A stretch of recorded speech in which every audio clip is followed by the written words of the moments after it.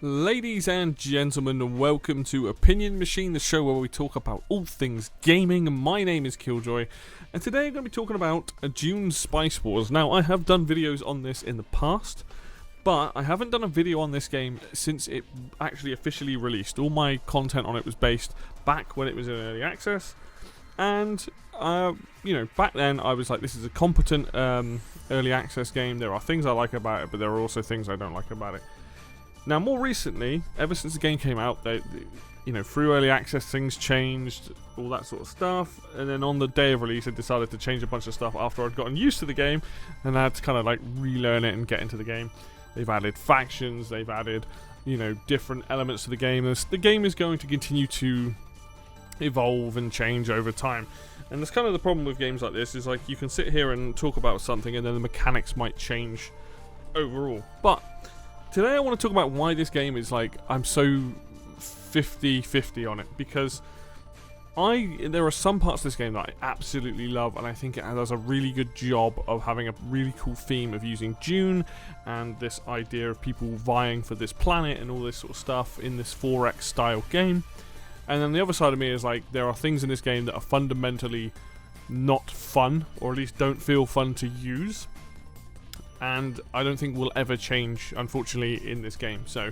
But I don't want this game to be completely I don't want this video to be completely negative. I do want to talk about the things that I like as well, but I do want to talk about the things I would love to have seen changed or be different in this game, to which I think would add to the overall experience. Now, for those who don't know, I mean, the footage on screen you'll be seeing will just be from a game from the start.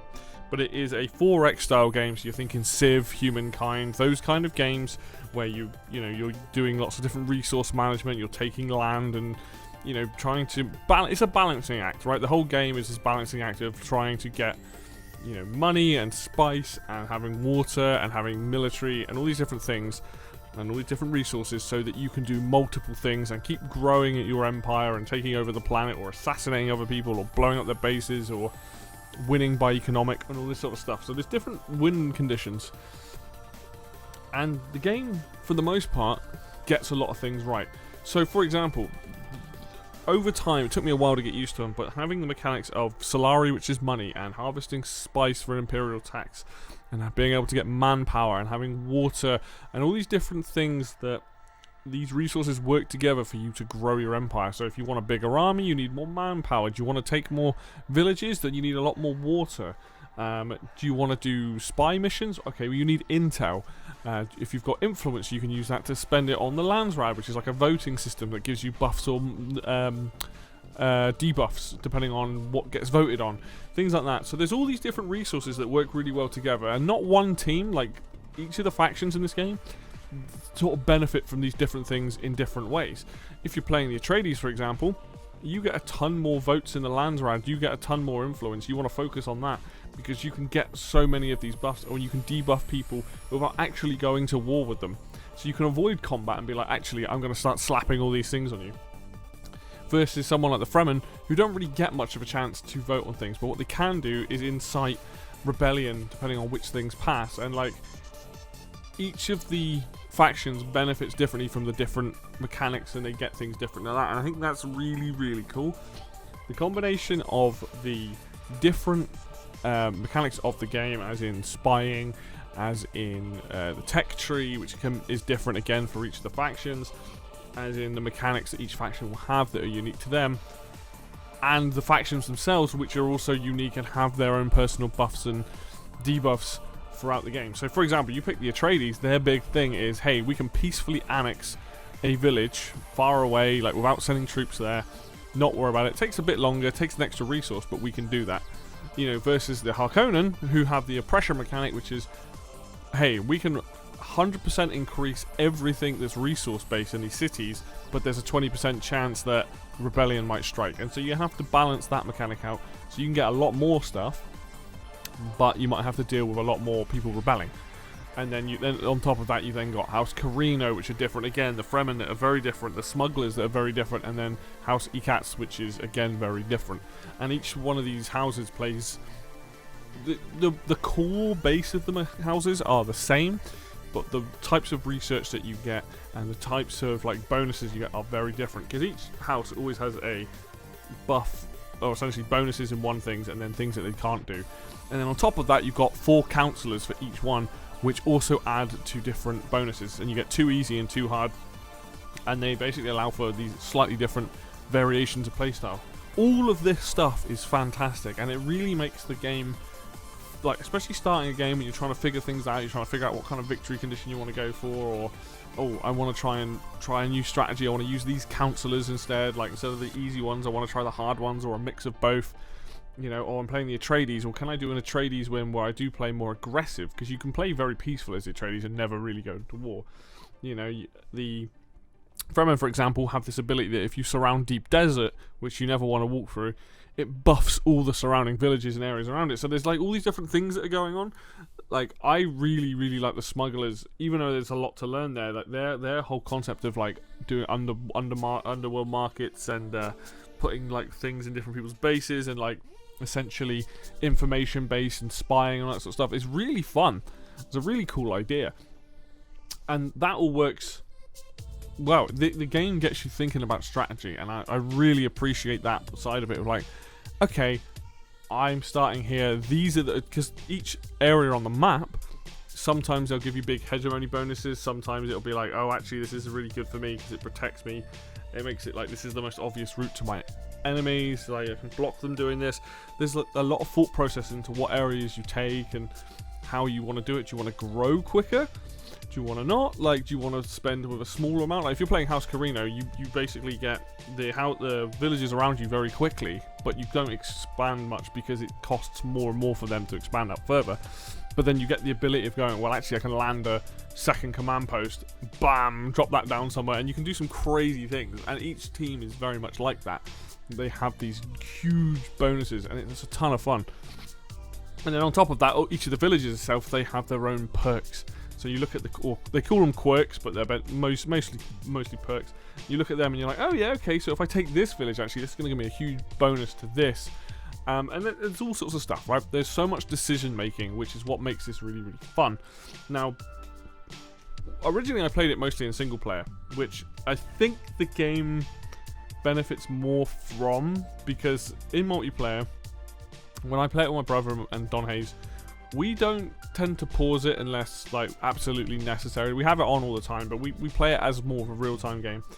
The problem is sometimes this game does get a bit hectic and it can be a little bit overwhelming, and it can be a struggle to do that. But as a single player game, having that ability to pause, take your time, think about what you want to do is really awesome. Now, I'm speaking about multiplayer.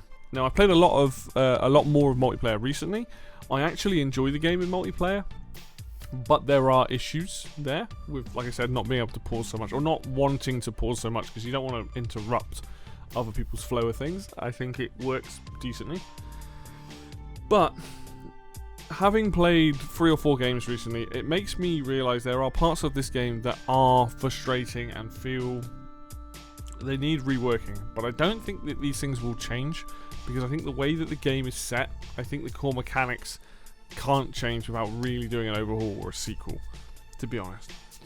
So, just before we get on to some of that stuff that I find infuriating, just to recap, great unique factions, like fantastic like use of strategy, very thought-provoking, and also the different way the resources work, and like giving the player a lot of freedom to like sort of figure out things and do things, and learning in the different tech trees and stuff. Like Harkonnen, Atreides, definitely the 2 easiest teams to play. I say easiest. I find Harkonnen quite tough to play, but that's only because I haven't fully grasped the mechanic yet, and I need to do a better job of that. But those 2 teams easy. Maybe House Carino, but after that, the other teams start to get a bit weirder. But all of this is good stuff. This is what you want from a 4X style of game. You're trying to figure out the different strategies. However, there are 2 things I think in this game that really need looking into. And I think these are the things that are most frustrating. And the biggest weakness of this game is the combat. Combat has not evolved that much since this game was in early access. Combat, unfortunately, I don't think can change because of the way that the game is set and the way that the game is designed. The way it works is each faction has maybe like 5 or 6 units. most factions will have a basic trooper, which is like a swords unit, a melee unit, and a gunner, and then it gets sort of changes after that. So you have like those two, and then maybe they kind of become a bit more specialist. If you're playing Fremen, you get like Fordaken, which are like elite troops. If you're playing House Carino, you get Sardaukar, which are like elite troops. So there's stuff there that like makes sense thematically, which is awesome. But combat literally boils down to right-clicking your units into a village or into another person's army and letting them scrap. And the only thing you can do really is to pull units back when they're injured.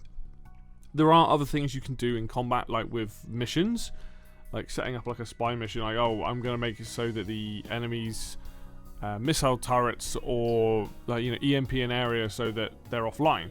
Okay, so now you've still got to fight the militia and the enemy's units, which is fine, but it really is a right click and forget kind of thing, and it's really annoying combat in this because to get units, it requires upkeep, which is like money, and it also requires manpower to so let's say I want to buy a trooper and the trooper's 40 gold or Solari and I don't know 10 manpower, so you have that, then it has an upkeep of 4 Solari, and so the game, for you to have a reasonable sized army, like a decently sized army, it requires a lot of gold, a lot of manpower, and a lot more gold then to support said army, and also water, because if you don't have a high water, if you don't have if you have a deficiency of it, your troops can't really cross the desert, they run out of supplies easily, they take damage.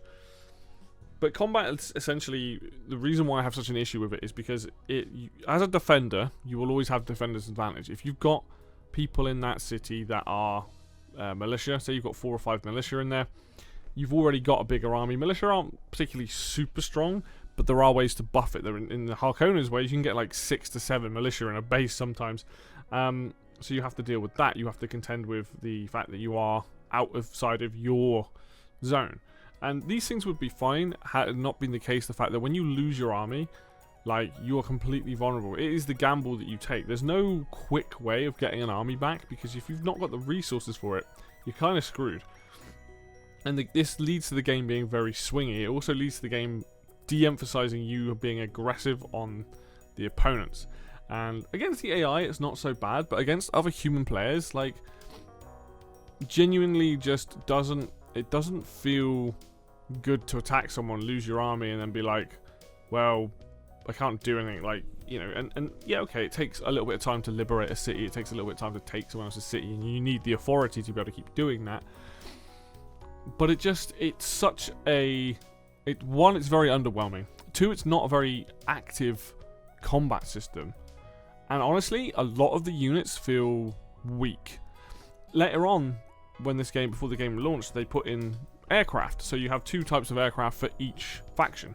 One is like just a general battle aircraft thing, and the other one is a very expensive capital ship. But the capital ships in this game are fucking awful. Like, none of them feel good to use. I mean, the most interesting one is ECATS, which gives a buff and a debuff, but like, honestly, we were playing yesterday, and Don Hay sends over his Kraken, which is the Atreides one, which is a troop carrier. It's quite heavily armored. It does area effect. I basically ignored it, destroyed the rest of his army, and then blew it up. And that's not right. Like, I understand you can't make the capital ships too powerful, because then you can just go around and one-shot stuff with them or whatever. But in their current state, I don't think they are worth the time getting them at all.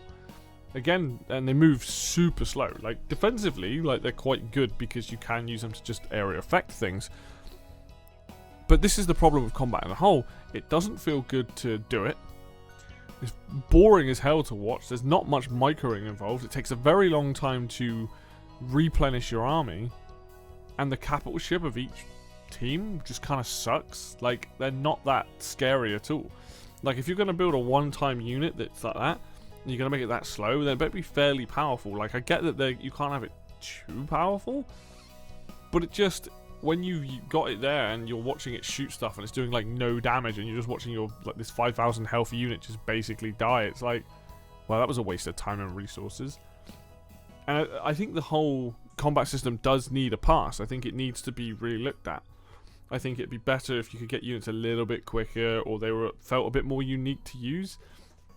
But because of the way the game is designed, because it is a slow-paced game, there's no way that this combat is going to change significantly. You've even got the armory that lets you have upgrades for each of the units that you can produce. They don't feel meaningful at all. You don't like ever notice it at all. Like, I look at them and go, oh, I'll add some extra like defense to these units. They just still die pretty quickly. Like, honestly, it's probably the biggest frustration I have with this game is that the combat really, really, truly is awful. And your best way of playing this game is to never attack anybody. Because if somebody attacks you, and you're in your own lands and you've got a defensive setup, you can defend against it, and you're fine. Because once you've destroyed their army, they've got to rebuild all of that. You're already in your own land. You can just if your militia haven't died, that city's safe. At least it's got some defense there. Yeah, like, you're better off just sitting back and playing a more, keeping an eye on what's going on, but playing a more neutral game.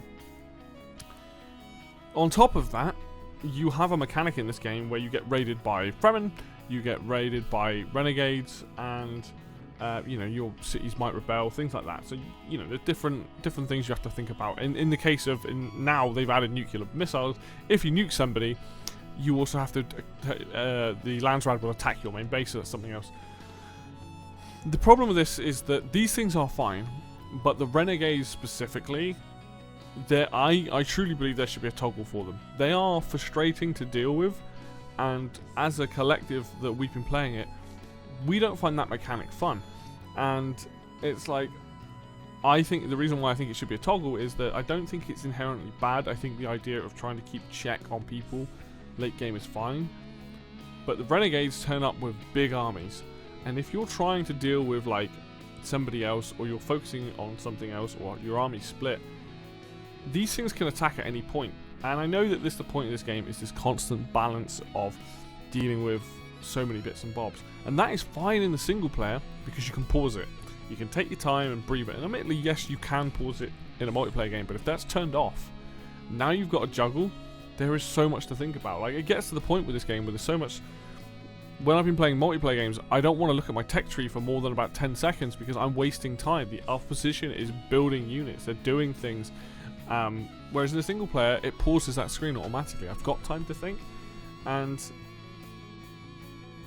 it's that kind of weird decision making where it's like, okay, if you know it well enough, you can kind of just get what you want. But on top of combat and the amount of combat and raids and things, there's just so many anything to do with combat in this game doesn't feel good as a player. Like, I truly believe that if combat was eradicated from this game and it was all just spying and other things like that, and there are other ways to do it, it'd probably be more fun because combat just doesn't feel good to use.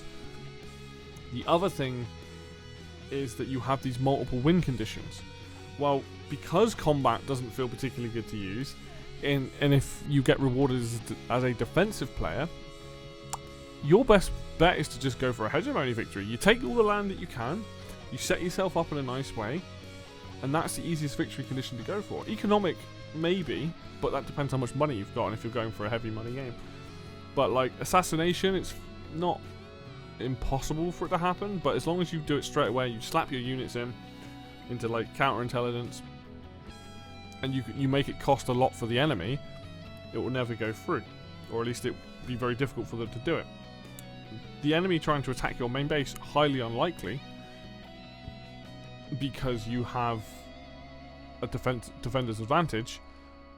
And so realistically it comes down to, well, what's the best way to survive? Well, best way to survive is to essentially play defensively, go for hegemony. And I don't know, like, I'm not going to sit here and speak on balance of those win conditions.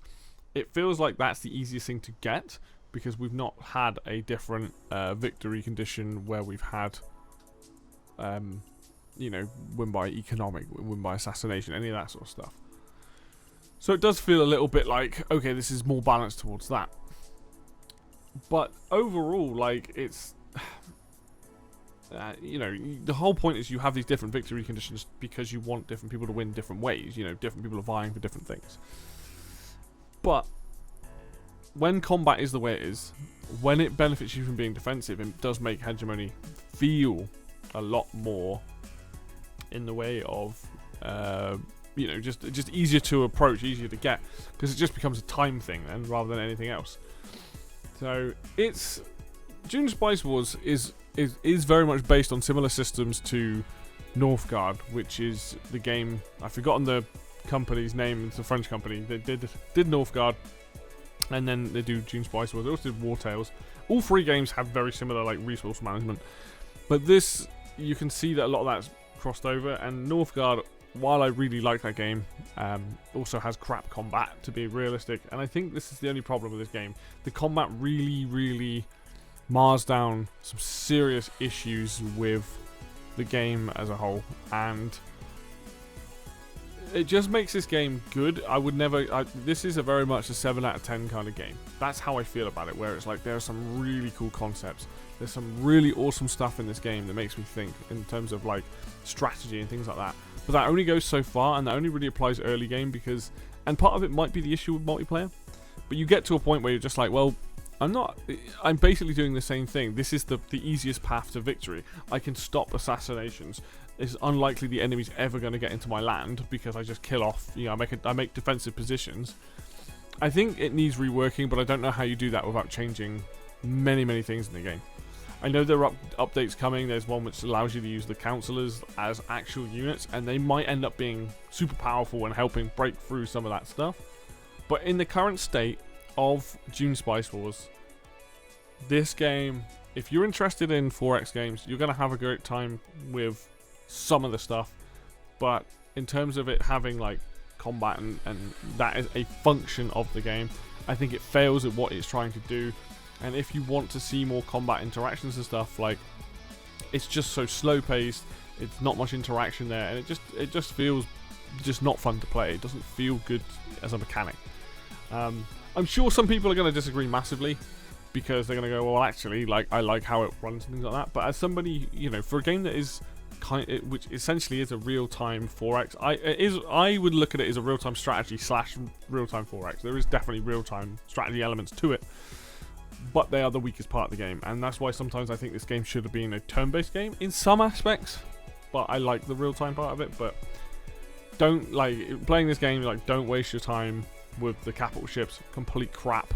Like, I just don't see the point in using them. You're better off upgrading your basic units, having a lot of those, being able to defend, and just playing a more defensivul game, and playing a much more calm game, and not getting into fights, because it just leads to these stalemates. And also, this game is very swingy. You can be doing fairly well, and one thing happens to you, or a couple of things happen to you, and you just collapse. And it's like, well, I might as well start again at this point, because trying to get back to that point can be very difficult, especially with human players. So yeah, it's definitely a game of two halves for me. I think a lot of people, there's a lot here that is good, there's a lot here that could potentially change and make the game even better, but with the combination of the combat just being such a big part of the game, it definitely ruins some of the other mechanics and makes some things just not feel fun to use and play. So that's my thoughts on it. I mean, like I said, it's been a while since I did a video on this game. This is just honest thoughts on it. It doesn't mean I won't play the game, because I probably still will, and I'll keep following it and seeing the updates, and potentially do more videos on this game in the future. But as it stands right now, it's a good game, and if you want to play a fairly competent 4X style game set in this universe, you can't go too wrong with it. But don't expect this thing to be like groundbreaking or like a must buy, because there are issues here, and I think most of that stuff probably won't change, because it's too ingrained into the core of the game. So there you go. But that's going to do it for me today then, guys. Thank you very much for watching this video. As always, if you like the video, hit like. If you want to see more content, then hit the subscribe button. Links for Facebook and Twitter will be down below as always. And until next video, I will see you then.